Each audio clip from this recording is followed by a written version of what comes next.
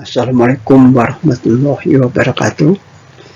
Selamat pagi, selamat siang, selamat sore, dan selamat malam buat semua peserta yang mengikuti mata kuliah rancangan percobaan. Dan salam sejahtera Bapak ucapkan untuk kita semua. Untuk mempersingkat waktu, marilah kita memulai perkuliahan ini dengan bersama-sama membaca basmalah. Bismillahirrahmanirrahim. Adapun yang menjadi topik bahasan kita pada pertemuan ke-10 ini adalah melanjutkan bahasan mengenai rancangan percobaan dengan rancangan yang berikutnya, yaitu rancangan acak lengkap faktorial atau disingkat RALF. R-nya adalah rancangan, A-nya adalah acak, L-nya lengkap, F-nya faktorial. Jadi pokok bahasan kita pada pertemuan ini adalah rancangan acak lengkap faktorial atau disingkat RALF. Pada rancangan acak lengkap faktorial, tentunya penelitian yang menggunakan rancangan acak lengkap faktorial ini bertujuan ingin mengetahui pengaruh minimal dua faktor, pengaruh dari dua faktor. Bisa dua faktor, bisa tiga faktor, dan bisa seterusnya sampai n faktor, tergantung dari kemampuan si peneliti tersebut. Sehingga rancangan acak lengkap faktorial itu terdiri lagi dari rancangan acak lengkap faktorial dua faktor. Jadi yang untuk meneliti pengaruh dari dua faktor, dan berikutnya rancangan acak lengkap tiga faktor, yaitu si peneliti ingin mengetahui pengaruh dari tiga faktor, dan seterusnya sampai dengan rancangan acak lengkap faktorial n faktor, di mana si peneliti ingin meneliti pengaruh dari n faktor. Nah, tentunya apa perbedaan antara rancangan acak lengkap non faktorial dengan rancangan acak lengkap faktorial ini? Bahwa pada rancangan acak lengkap faktorial, baik yang dua faktor atau yang tiga faktor dan yang seterusnya sampai n faktor, selain peneliti memperoleh pengaruh dari masing-masing faktor, juga yang penekanannya khusus untuk rancangan acak lengkap faktorial adalah si peneliti ingin mengetahui pengaruh secara bersama dari kedua faktor, atau pengaruh interaksi dari dua faktor atau lebih tersebut secara bersama. Khususnya untuk rancangan acak lengkap faktorial dua faktor, maka di sana selain peneliti mendapatkan kesimpulan terhadap pengaruh dari masing-masing faktor, tapi si peneliti juga dapat mengetahui kesimpulan dari pengaruh bersama dari kedua faktor tersebut, atau disebut sebagai pengaruh interaksi dari kedua faktor tersebut. Untuk yang dua faktor, kalau yang tiga faktor berarti ada pengaruh bersama dari ketiga faktor tersebut. Kalau n faktor berarti ada pengaruh bersama dari n faktor yang diteliti tersebut. Nah, tentunya begitu luasnya rancangan acak lengkap faktorial, maka pada pertemuan ke-10 ini kita batasi pada topik rancangan acak lengkap faktorial dua faktor terlebih dahulu. Jadi pada rancangan yang digunakan oleh peneliti, untuk peneliti yang ingin mengetahui pengaruh dari dua faktor dan juga ingin mengetahui pengaruh bersama dari kedua faktor tersebut, atau pengaruh interaksi dari kedua faktor tersebut, maka dia bisa menggunakan rancangan acak lengkap faktorial dua faktor. Pada saat peneliti memilih rancangan acak lengkap faktorial dua faktor, maka si peneliti harus memenuhi dulu prasyarat dari penggunaan rancangan acak lengkap faktorial tersebut, karena rancangan acak lengkap faktorial dua faktor merupakan bagian dari rancangan acak lengkap faktorial, maka dia harus memenuhi persyaratan penggunaan dari rancangan acak lengkap faktorial.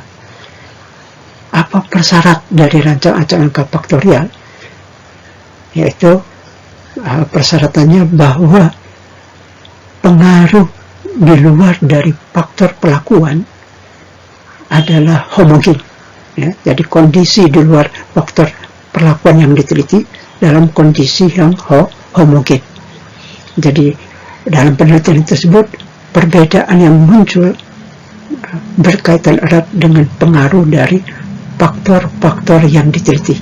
Kalau dia rancangan acak lengkap faktorial 2 faktor, berarti perbedaan yang terjadi berkaitan dengan pengaruh dari kedua faktor yang diteliti. Kalau dia 2 faktor, faktor A dan faktor B, berarti ada pengaruh dari faktor A, ada pengaruh dari faktor B, dan ada pengaruh bersama dari faktor A dan faktor B. Sehingga pada kajian ini, khusus untuk rancangan acak lengkap faktorial 2 faktor, model linear yang terinclude, yang tersirat di dalam rancangan acak lengkap faktorial 2 faktor tersebut adalah modelnya sebagai berikut, ya, yaitu YIJK sama dengan mu plus AI plus BJ plus AB plus ABIJ plus epsilon IJK, di mana I adalah sama dengan 1, 2, 3 dan seterusnya dari taraf dari faktor pertama atau faktor A. Sedangkan C adalah 1, 2, 3 dan seterusnya dari jumlah taraf dari faktor kedua, yaitu B. Dan K merupakan ulangan, bisa ulangan 1, 2, 3 dan seterusnya, dan merupakan jumlah ulangan yang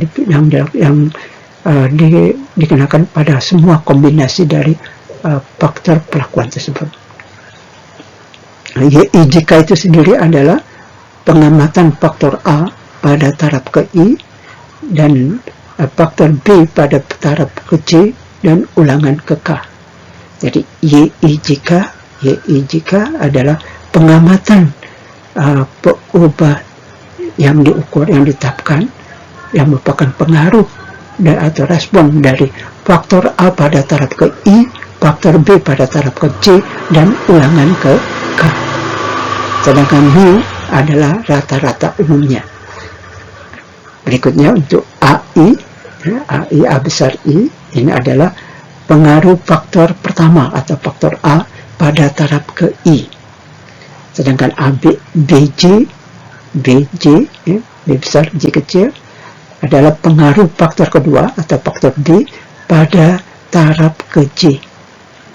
Dan selanjutnya, selain faktor pertama, faktor kedua, ini adalah interaksi dari faktor pertama dan faktor kedua. Jadi ABIJ, A besar, B besar, I kecil, J kecil, adalah interaksi faktor A atau faktor pertama pada taraf ke I dan faktor kedua atau faktor B pada taraf ke J.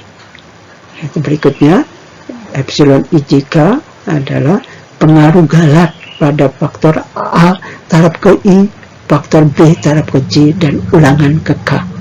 Nah, inilah model yang tersirat di dalam rancangan acak lengkap faktorial 2 faktor.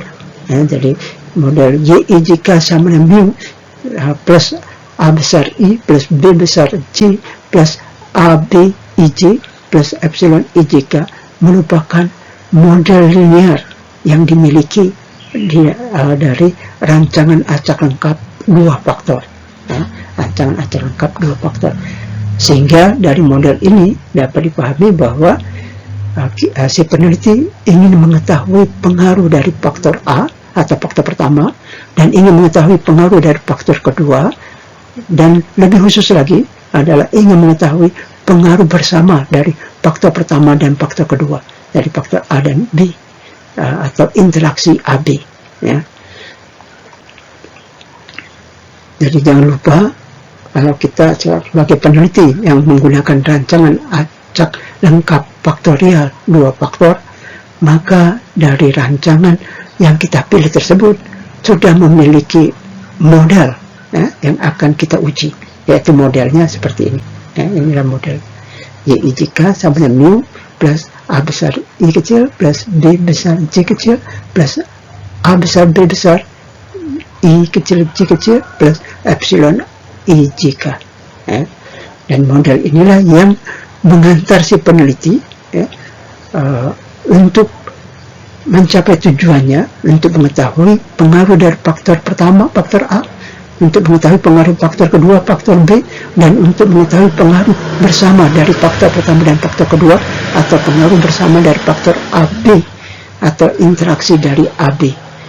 Sehingga dengan menggunakan rancang acak lengkap faktorial 2 faktor, si peneliti dapat kemudahan dalam menarik kesimpulan, karena sudah diantar tata cara dalam pengujian dari setiap hipotesis yang diajukan yang berkaitan dengan hipotesis faktor A, berkaitan dengan pengujian dari hipotesis yang kedua yang berkaitan hipotesis yang berhubungan dengan faktor kedua, faktor B, dan pengujian terhadap hipotesis yang berkaitan dengan peran bersama AB, ini merupakan interaksi dari faktor AB, faktor 1 dan faktor kedua, atau faktor A dan faktor B. Sehingga dalam model ini dapat ditarik bagaimana nantinya dalam selama penelitian berlangsung dan setelah penelitian selesai, dalam pengolahan datanya, si peneliti dapat mengetahui bagaimana pengaruh dari faktor pertama, bagaimana pengaruh dari faktor kedua, dan bagaimana pengaruh dari secara bersama dari faktor pertama dan faktor kedua, di mana faktor pertamanya adalah A, faktor keduanya adalah B, dan pengaruh bersamanya adalah AB. Sehingga dalam penelitian ini memudahkan bagi peneliti dalam mengolah datanya, mengolah data yang diperoleh selama penelitian dari berbagai pengamatan, dari berbagai peubah yang diteliti selama penelitian tersebut, di mana penelitiannya menggunakan rancangan acak lengkap faktorial 2 faktor, sehingga si peneliti dapat menarik kesimpulan. Itu yang Bapak sampaikan untuk slide yang ini, dan kita lanjutkan nanti pada slide berikutnya.